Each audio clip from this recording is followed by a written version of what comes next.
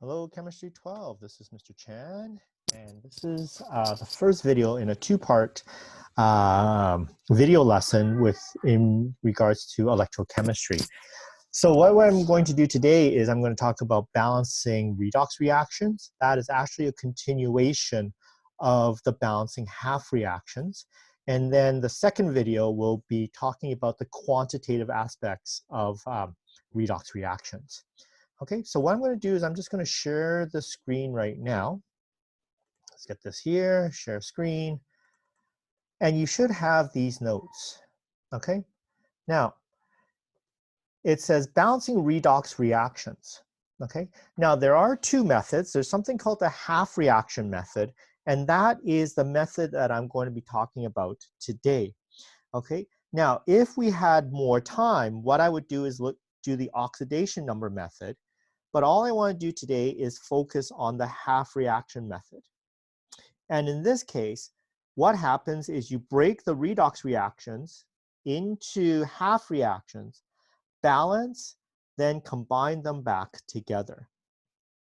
And the key thing is the number of electrons lost must equal the number of electrons gained. Okay? You cannot have excess electrons floating around. Okay, this one you could think of it is the law of conservation of energy. Okay, so the law of conservation of energy states that the energy gained is equal to the energy lost. Okay, right? So this is the key idea. So that's why the number of electrons must be the same. All right, so let's take a look for example here.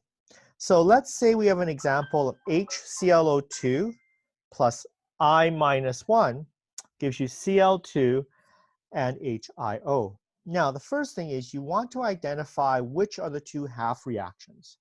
So in this case, I would find that the Cl and Cl2 here, this is one half reaction.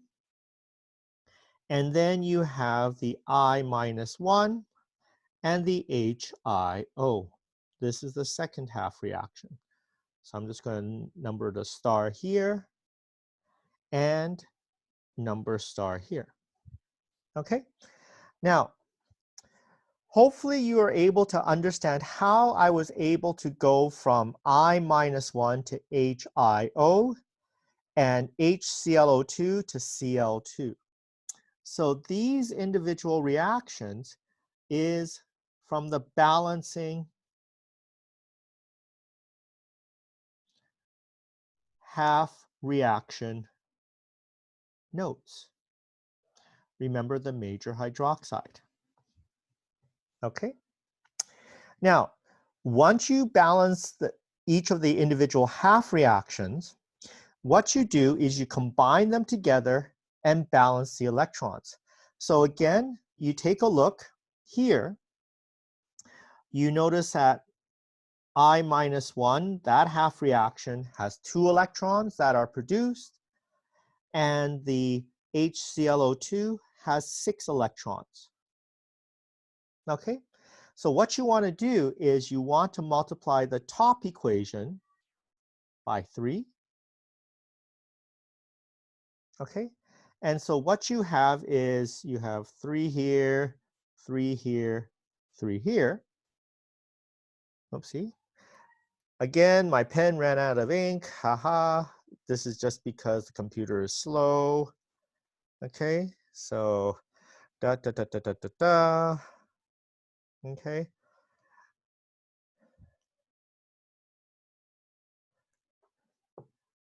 You have here.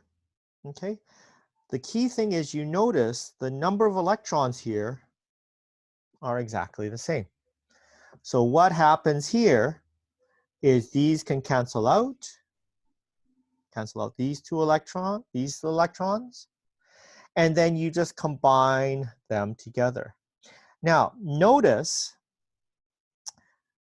that I've cleaned it up a little bit. Notice I had 3 waters on the reactant side, 4 waters on the product side, notice I have 1 here. So in this case, I canceled out all the waters and there was 1 water left behind. This goes back to adding up reaction mechanisms, where we cross out ions or chemicals that are similar on both sides, and then we just write down what's left over. For example, the hydrogen here, 6 in the reactants, 3 in the products. That's why we have 3 extra ones on the reactants, okay? And these are just things for you to be aware of, all right? Now, again, what you can do is you can check the charge. In this case, the charge here, in this case, it's a charge of 0. This side is also a charge of 0. And because they are the same, you know it is balanced. Okay? Now, that is pretty straightforward. So the idea here is you want to break it apart into their individual half reactions, and then you balance the electrons, and then you put them back together.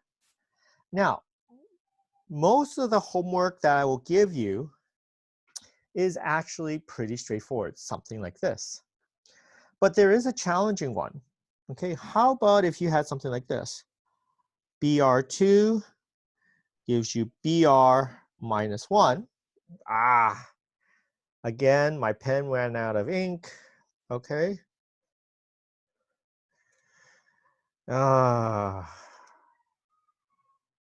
Okay. So what happens is you have Br minus 1